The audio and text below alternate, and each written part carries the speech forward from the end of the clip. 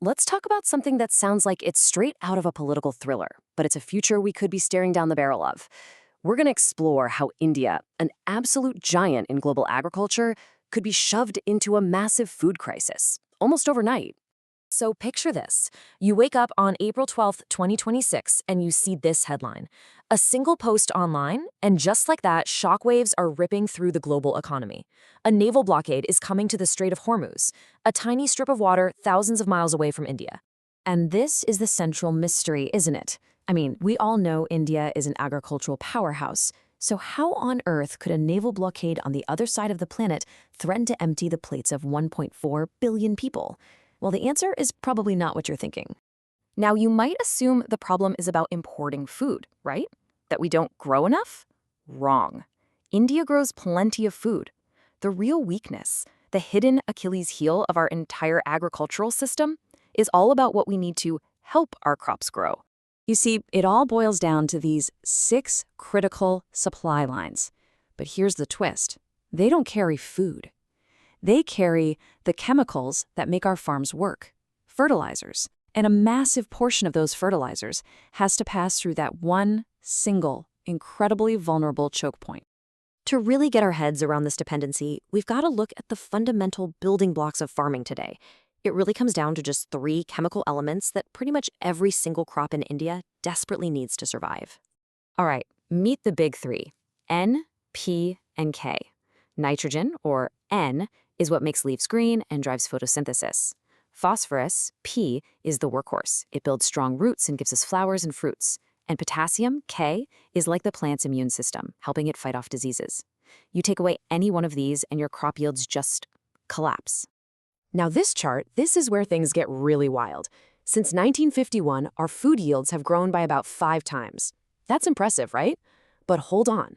Our use of fertilizer has exploded by a mind-blowing 280 times.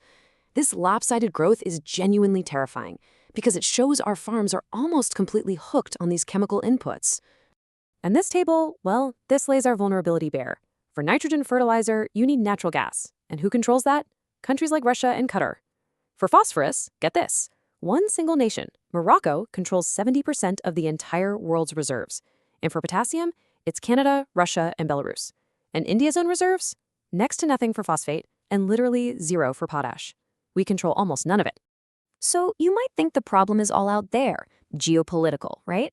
Well, not exactly.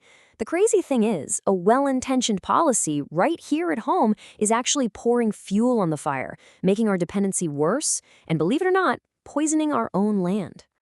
Okay, look at this number. 6.77 times lock crows. Let that sink in for a second. That's what Indian taxpayers have forked out for fertilizer subsidies just since the Russia-Ukraine war kicked off.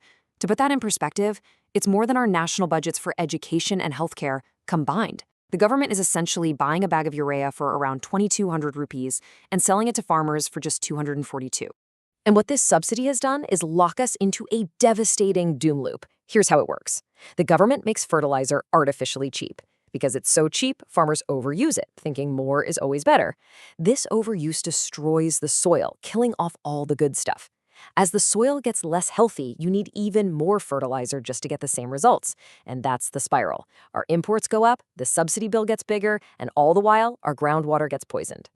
So are we just stuck? Is there any way out of this mess? Well, technology might offer a partial escape hatch, at least for one of our big dependencies. There just might be a smarter way to do this. Enter nano-urea. Now, this stuff is pretty cool. It's a high-tech liquid that completely flips the script. Instead of throwing granules on the soil where, let's be honest, a lot of it just washes away, this stuff is made of tiny nanoparticles. You spray it directly onto the leaves of the plant, where it gets absorbed way more efficiently. And when you put them side by side, the difference is just wow.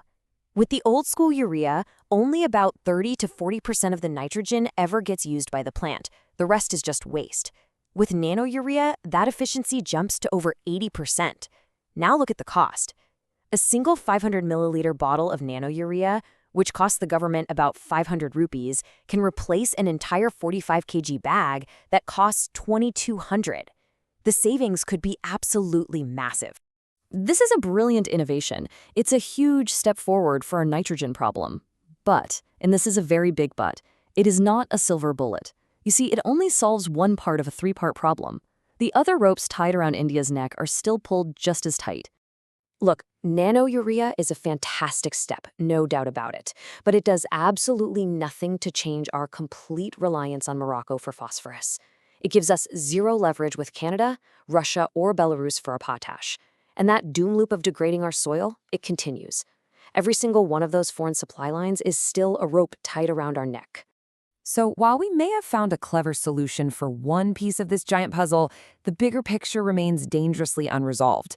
Every planting season that goes by without a fundamental change is another year we're living on a knife's edge. The question isn't if we need to act, but who will finally have the courage to cut the remaining ropes.